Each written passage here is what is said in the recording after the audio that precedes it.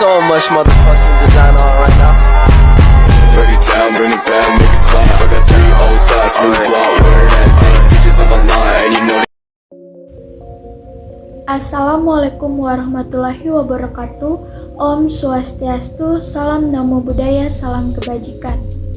Perkenalkan, saya Yesa Anggreni dengan NIM 151422137. Saya dari kelas 3F.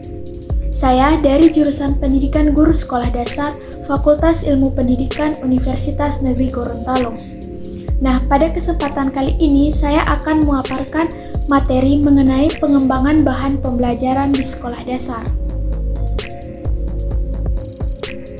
Yang pertama ada pengertian bahan pembelajaran sekolah dasar. Bahan ajar adalah sebuah persoalan pokok yang tidak bisa dikesimpangkan dalam satu kesatuan pembahasan yang utuh tentang cara pembuatan bahan ajar.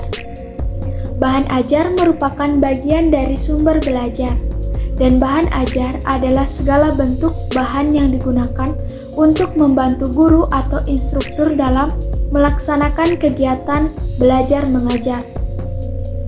Di sini menurut Andi Prastowo, bahan ajar atau materi pembelajaran yang disusun secara sistematis yang digunakan guru dan siswa dalam proses pembelajaran.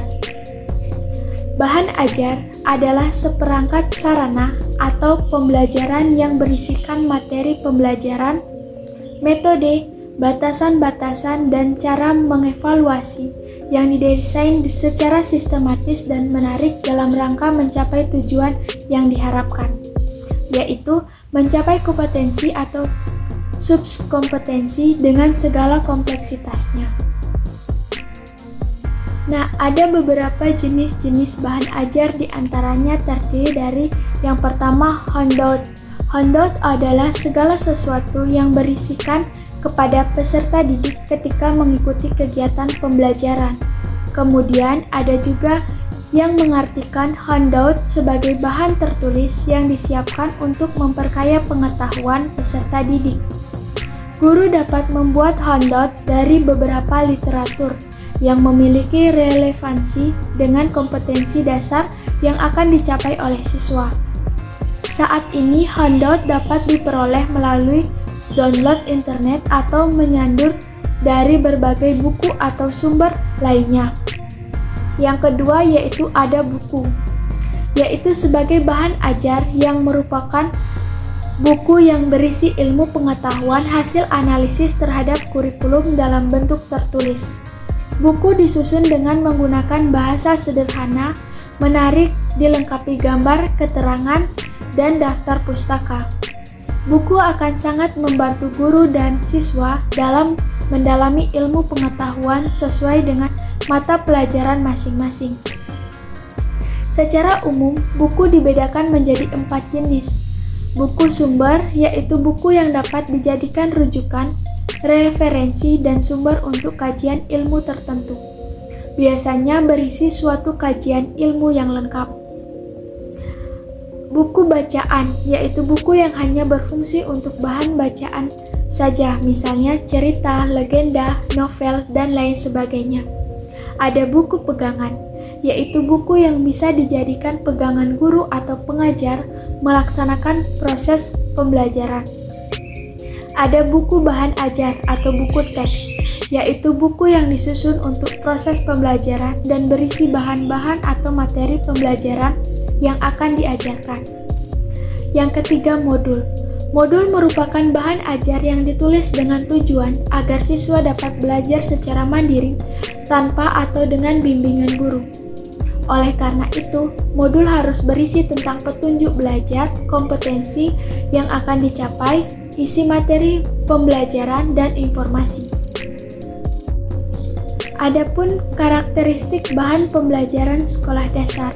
Bahan ajar memiliki 5 karakteristik.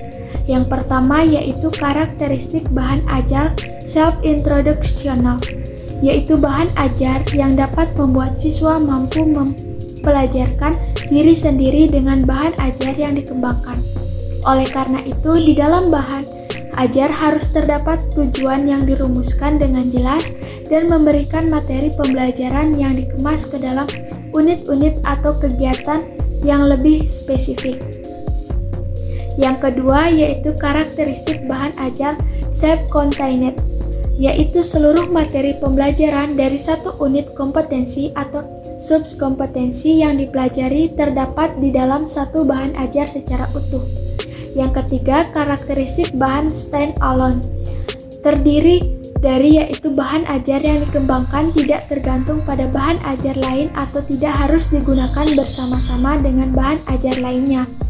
Yang keempat, karakteristik bahan adaptif, yaitu bahan ajar yang hendaknya memiliki daya adaptif yang tinggi terhadap perkembangan ilmu dan teknologi. Yang kelima, ada karakteristik bahan user-friendly, yaitu setiap instruksi dalam paparan informasi yang ditampilkan harus jelas dan benar. Ada bentuk bahan pembelajaran sekolah dasar.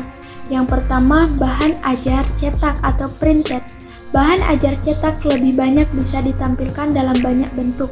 Antara lain, ada handout, adalah bahan tertulis yang disiapkan oleh seorang guru untuk memperkaya pengetahuan peserta didik. Yang kedua ada buku. Buku adalah bahan tertulis yang menyajikan ilmu pengetahuan.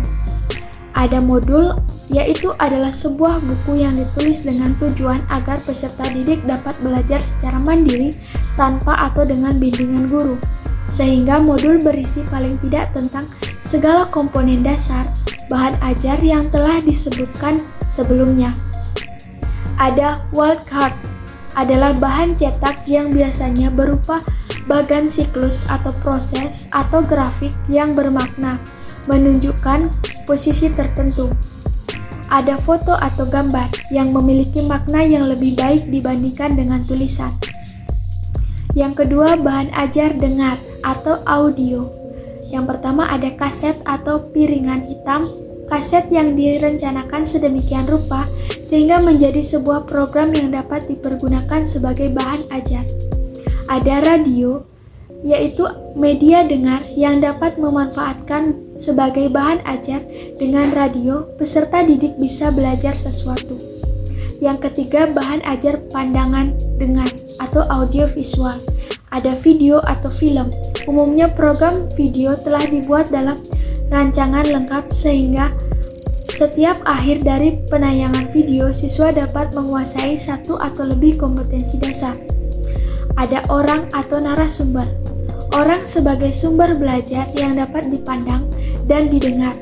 Karena dengan orang atau seseorang dapat dijadikan bahan belajar, bahkan seseorang guru dapat dijadikan sebagai bahan ajar itu sendiri. Baik, demikianlah pemaparan materi mengenai pengembangan bahan pembelajaran. Sekian dan terima kasih. Wassalamualaikum warahmatullahi wabarakatuh.